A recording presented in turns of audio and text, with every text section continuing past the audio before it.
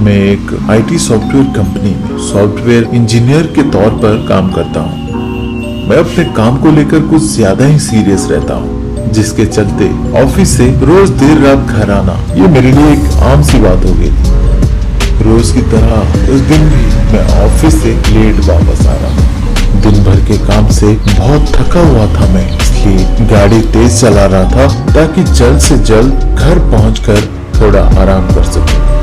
घर के रास्ते एक सुनसान जगह पर एक औरत अचानक मेरी गाड़ी के सामने आई, जो हाथ हिलाकर मुझे गाड़ी रोकने को बोल रही थी। उसे अचानक मेरी गाड़ी के सामने आता देख मैंने जोर की ब्रेक लगाई और गुस्से में कहा, अरे मैडम मरना है क्या? एक्सीडेंट हो जाता तो? वो औरत मेरी गाड़ी के पास आई और बोली, मुझे बस आगे तक छोड़ देंगे? वो औरत अकेली थी, ऊपर से रात का वक्त, वो भी सुनसान जगह पे, कहाँ भटकेगी बेचारी। ये सोचकर मैंने उसे अंदर आने के लिए बोला और उसके बाद वहां से आगे बढ़ गया।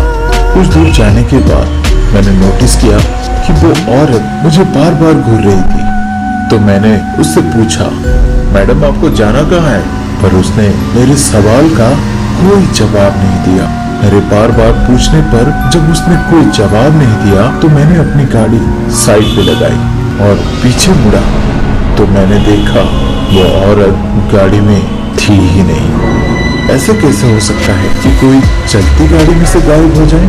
मैं बहुत डर गया था उस वक्त। उससे पहले कोई और गड़बड़ हो, मैंने अपनी कार स्टार्ट की और वहां से भागने को हुआ।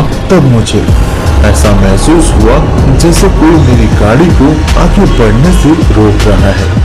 मैं गाड़ी से उतरा और ये देखने के लिए गाड़ी के पीछे चला गया कि कहीं टायर तो नहीं फंस गया अपनी। पर पीछे जाकर देखा गाड़ी का पिछला हिस्सा दबा हुआ था, जैसे कोई बहुत भारी चीज मेरी गाड़ी में रखी हुई हो और गाड़ी का टायर भी बुरी तरह से घिस गया था। मुझे समझ नहीं आ रहा था कि आखिर ये सब हो क्या रहा है। और तभी एक आवाज ने मुझे हैरत में डाल दिया। वो आवाज मेरी गाड़ी की डिक्की में से आ रही थी। ऐसा लग रहा था जैसे कोई मेरी गाड़ी की डिक्की में था और वो मुझे डिक्की खोलने के लिए कह रहा था। ये देखकर मैं दौड़ता हुआ गया और डिक्की को अनलॉक किया और मेरे अनलॉक करने के साथ ही डिक्की एक झटके से खुला। पर हैरानी की बात तो ये थी कि ना ही डिक्की में कुछ था और ना ही किसी को उसमें से निकलता हुआ मैंने देखा। और उसके साथ ही गाड़ी का पिछला हिस्सा जो थोड़ी देर पहले दबा हुआ था वो वापस से ठीक हो गया। ये देखकर मेरा खून जैसे जम गया था।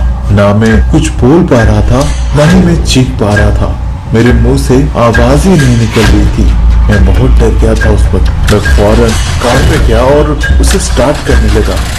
शुक्र है इंजन स्टार्ट हो गया और अब जब ड्राइव करने के लिए मैंने सामने की ओर देखा तो मुझे रोड के बीच एक औरत खड़ी थी, जिसका आधा चेहरा नहीं था। वो इतना भयानक दिख रही थी कि उसे देखकर भी किसी को हार्ट अटैक आ जाए। मैंने ईश्वर का नाम लिया और तेजी से वहां से निकल गया। उसके बाद मुझे इतनी तेज बुखार हो गया था कि उसके चलते 3 दिन तक मैं घर में ही पड़ा रहा। और उस घटना ने मेरे दिल में एक ऐसा डर पैदा कर दिया था कि उस दिन के बाद मैं ऑफिस से कभी देर रात वापस नहीं आता।